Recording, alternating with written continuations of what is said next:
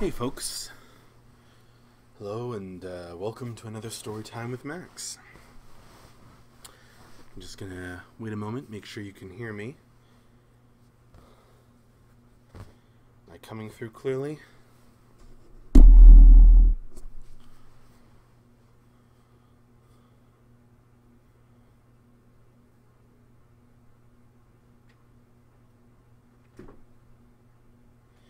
Sound is okay.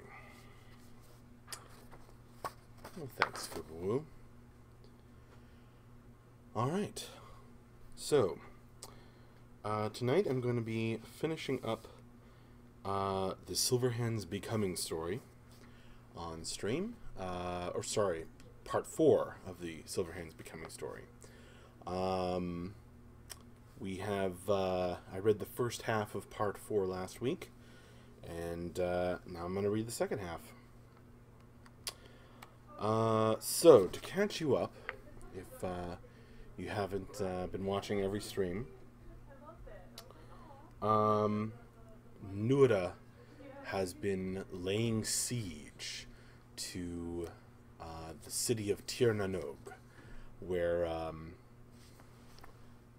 he believes Bress is holed up and has been ruling the Tuatha for a little over a century, while Nuada has been adventuring in the depths.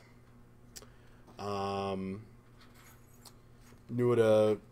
having emerged and gathered an army of the rejects of Tuatha society,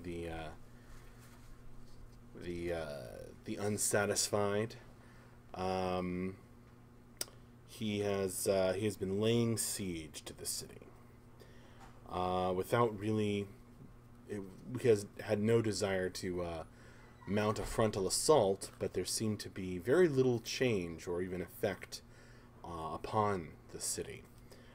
Finally, after a long time, a long siege,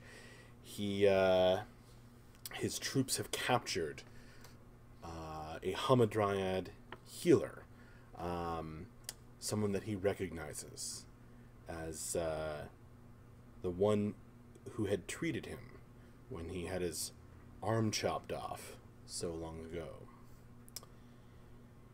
And that's where we pick up.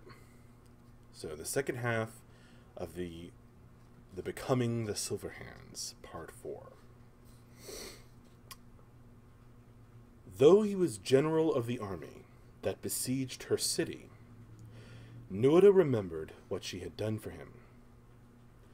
"You are no prisoner here," he told the healer, walking to her with arms open to embrace a long-lost friend. However, she recoiled in horror. He saw her antennae twitch in alarm, and her sharp-tipped tail moved to a defensive position. "Don't come near me, abomination," she snarled. Nuada was thunderstruck. "As I have always been, I am your king. You will not speak to me this way. I am still Nuada, unchanged but for my golden arm. A little bit wiser, perhaps, but no different." He reached forward with his golden arm to show her. "You truly don't see it?" she cried, leaping back so violently that Nuada thought she would harm herself. "See what?" he smiled, patting himself down. "I see nothing but the one true king of this land, and all its people. It is you who are seeing things. Your arm is not golden. It is the limb of a spider.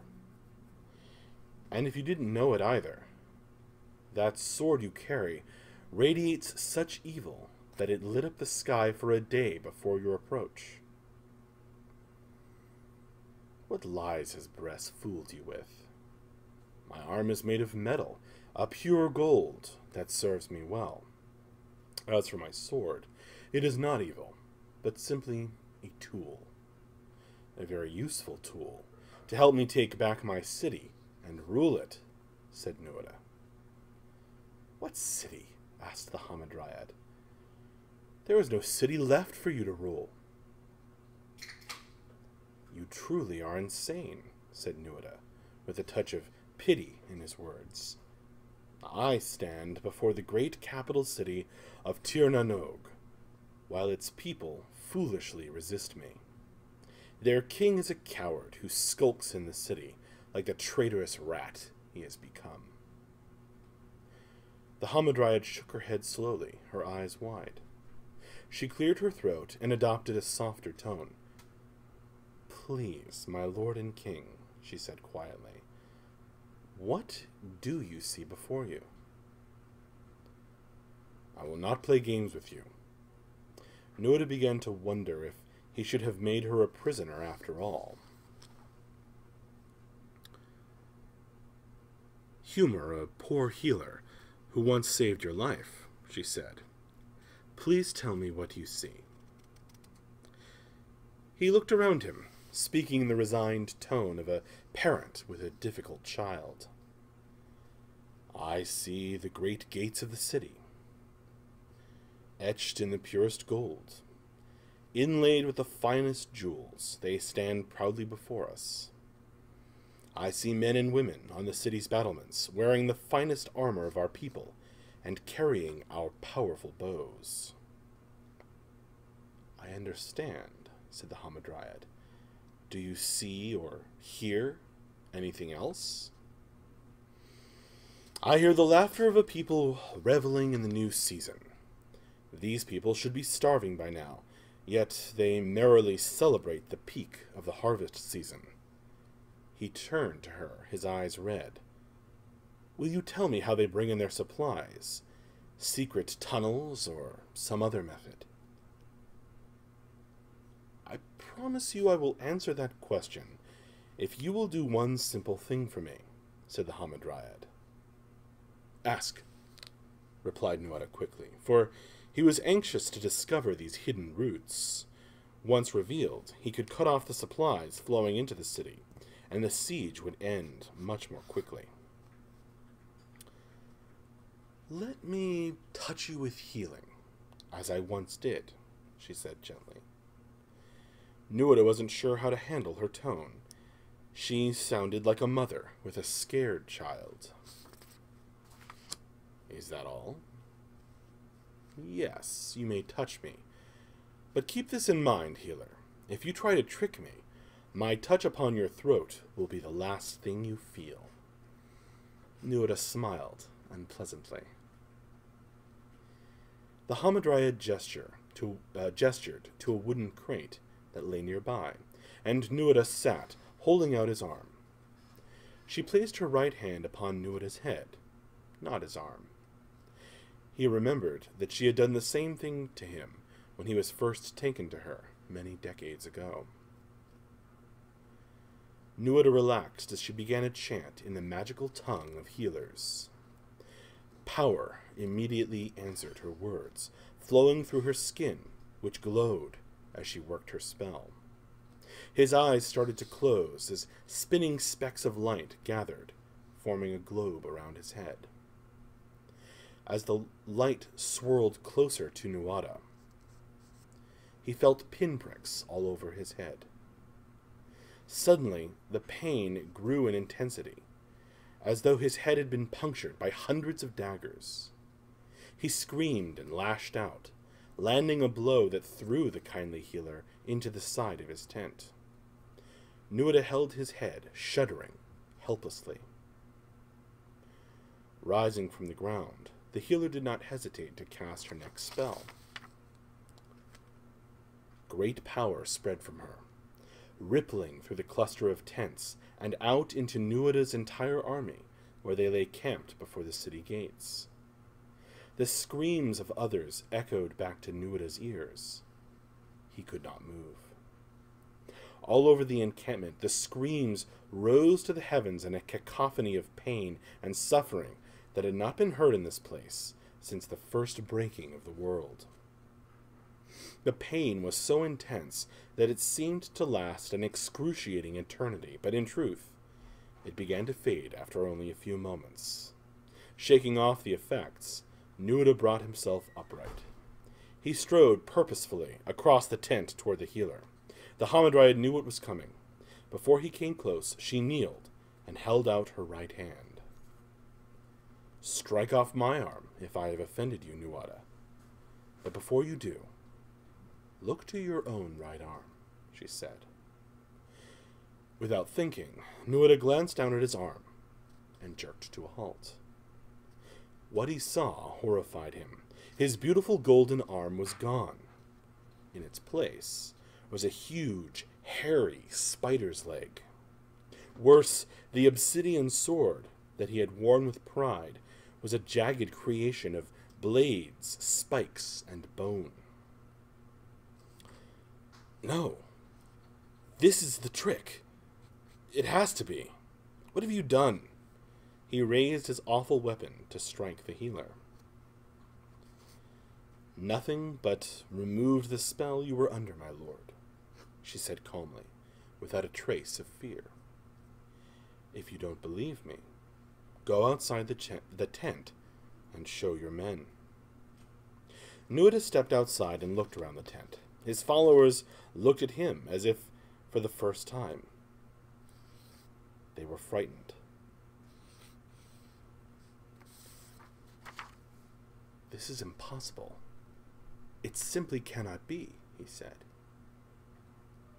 It is so, although I wish it were not, the Hamadryad replied sadly, coming up behind him. Nuada ran through the camp, looking for anybody who could see the truth, and not this distorted vision of him that the healer must be responsible for creating. This must be her fault. This must be a trick. Everything seemed confused, different than it had been for the past year. He spun around, determined to cut her in half. But then he saw that he stood before the gates of Tir Nanog. The city's gates were not golden. Twisted hulks of wood and metal. They hung open, swinging on a rotten breeze. He peered at the battlements and saw only skeletons. This cannot be. I refuse this false vision, he screamed. It is true, Nuada. Refuse it though you may, said the healer, who had silently followed him. What am I seeing? He asked imploringly. The truth. Nothing more, she answered, folding her arms. What has happened here? To me, to our world, he asked, feeling the ground begin to shift and spin. You are under a terrible spell, Nuada, one of such power that I could only undo a part of it. And my spell can only hold the lies at bay a short time longer. As for our city, it has been deserted for decades, she said, gesturing at the ruined gateway. There are none of our people left alive in there. There is but an evil statue of a one-eyed god named Balor. There is nothing but an evil statue of a one-eyed god named Balor. I remember that statue. Nuada was speaking in stops and starts, distracted but unable to stop himself. At the battle with Bress. Yes, a malevolent being that drains the life from our land and our people.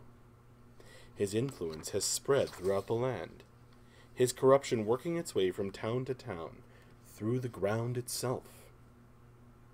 The Hamadryad spread her arms and tail to indicate the whole realm. And Bress, Nuada choked out. He and his followers stole the greatest treasures from the city and deserted it long ago. After establishing his rule, he simply left the people in the city and the whole realm of the Tuatha De Danann as payment to Baelor. The one-eyed creature has been repaid in full for helping Bress defeat you. I will avenge myself against Baelor, and then I will find Bress and recapture our treasures. Nuada spat, true anger welling up in him. As much as I wish you to succeed, I cannot lie to you. You are not the king you once were. Not so. I feel better than ever. This arm may look like a nightmare, but it fights like a dream. It is illusion, my lord. I can see the damage that the arm and sword have done to your body, and it is considerable. You are nearing your end, for the arm and sword are draining your life away. You lie, said Nuada, but with less conviction than before. The healer shook her head sadly and once again took a knee before him. She drew her own weapon and handed it to Nuada. If you truly believe that, strike me down.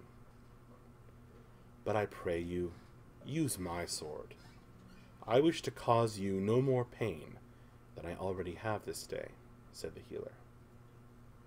His fury boiling, Nuada grasped the weapon with his spider's arm. He felt hot and itchy. It was difficult to think. Surely things would make more sense with her gone, along with her confusing pronouncements. The arm raised her weapon as if about to kill her, but Nuada stopped himself as he looked into her eyes. It was so hard to think straight. That pity in her eyes, was it for herself or for him? This was the same face that had hovered over his as she tended him through the difficult days after Bress took his arm. Hers were the hands that had brought him back to life. He raised his veil sight, as he had in the depths.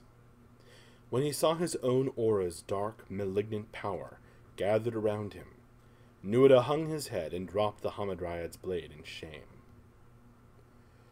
No, I cannot.